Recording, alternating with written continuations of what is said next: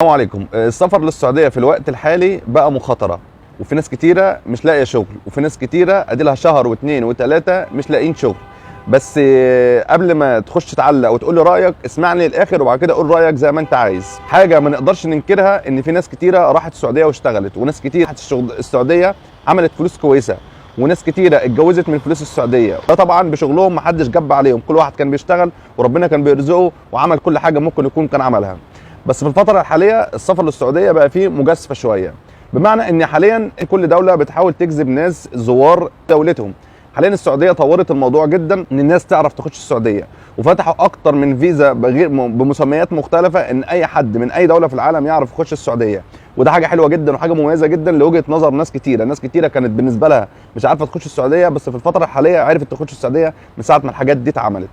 وحاجه سلبيه من وجهه نظر الناس اللي عايزه تروح تشتغل هناك او اللي عايزه تروح شغل عمل هناك، الوضع بالنسبه لهم بقى مش احسن حاجه. تابعني من زمان عارف ان انا كل فيديو بعمله بتكلم على ان انت لازم يكون معاك صنعه. حاليا في ناس كتيره صنايعيه ومعاها مهن واصحاب مهن قاعدين في السعوديه مش لاقيين شغل من كتر الناس اللي هناك. الناس بقت كتيره جدا هناك، ان بقى الموضوع عامل زي ما تكون انت رايح سوق وتشتري حاجه، والحاجه قدامك في واحده بس منها وفي اكتر من نوع تاني.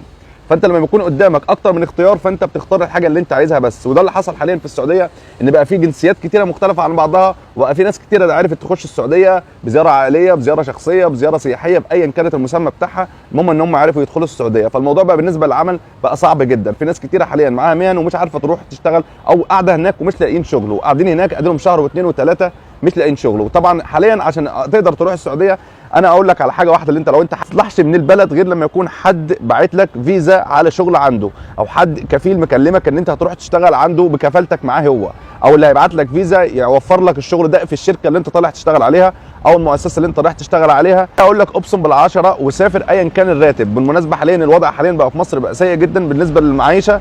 فانت حاليا لو انت عايز تتجهز او عايز تجهز نفسك او عندك فلوس عايز تسددها او عايز تلاقي فرصه عمل، فانت هتلاقي الموضوع ده في السعوديه، بس في حاله اللي انت تكون طالع من البلد على الشغل، مش طالع كده عشوائي من غير شغل. بالمناسبه انت لسه طالع او حابب لسه هتسافر، انت بالنسبه لك انت ما عندكش الوقت اللي انت تاخد فيه ريسك في شهر او اثنين او ثلاثه او تروح هناك تفضل تدور على شغل، وانت بتكون اصلا بادئ، مش هقول لك من الصفر، انت بادئ من تحت الصفر. فانت ما تقدرش تستحمل ان انت تقعد شهر واثنين وثلاثه من غير شغل. في ناس قديمه هناك في السعوديه لسه شغاله على مع الشغل اللي هم رايحين عليه من زمان، وفي ناس شغاله مع كفيلها لسه شغالين معاه ما فيش اي مشكله، وفي ناس على شركات لسه شغاله ما فيش اي مشكله، وفي ناس بتقعد شهر واثنين وثلاثه في السعوديه من غير شغل، بس هم قدام هناك وليهم علاقات كتيره وممكن يستحملوا شهر واثنين وثلاثه. الموضوع بالنسبه لهم مش ريسك، انما انت لسه شاب رايح لسه اول سفريه بالنسبه لك، فالموضوع هيبقى ريسك كبير جدا ان انت تروح تقعد شهر واثنين وثلاثه ومن غير شغل وما تشتغلش.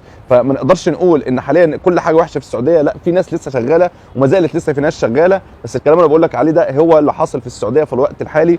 والتطوير اللي هناك بالنسبه للسياحه دي حاجه احنا ما نقدرش نتدخل فيها. كل بلد بتحاول تدخل زوار لبلدها بطريقه مختلفه، وده حاجه احنا شايفينها من وجهه نظر الناس اللي هي رايحه تشتغل حاجه سلبيه، انما هي حاجه ايجابيه بالنسبه للناس اللي عايزه تسافر. والكلام اللي بقوله لك ده اي حد هيخش من السعوديه حاليا موجود في السعوديه هيقول لك نفس الكلام اللي انا هقوله. ولو حد قال لك كلام غير ده يبقى هو بيضحك عليك. هتقول لي انت تعب نفسك وبتقول الكلام ده ليه؟ اقول لك عشان انا نفسي نفسك، انا زيك بالظبط، كنت نفسي اسافر وما كانش عندي الريسك اللي انا اسافر في اي مكان واجازف بنفسي واجازف بشهر واثنين وثلاثه عشان خاطر اروح هناك ادور على شغل.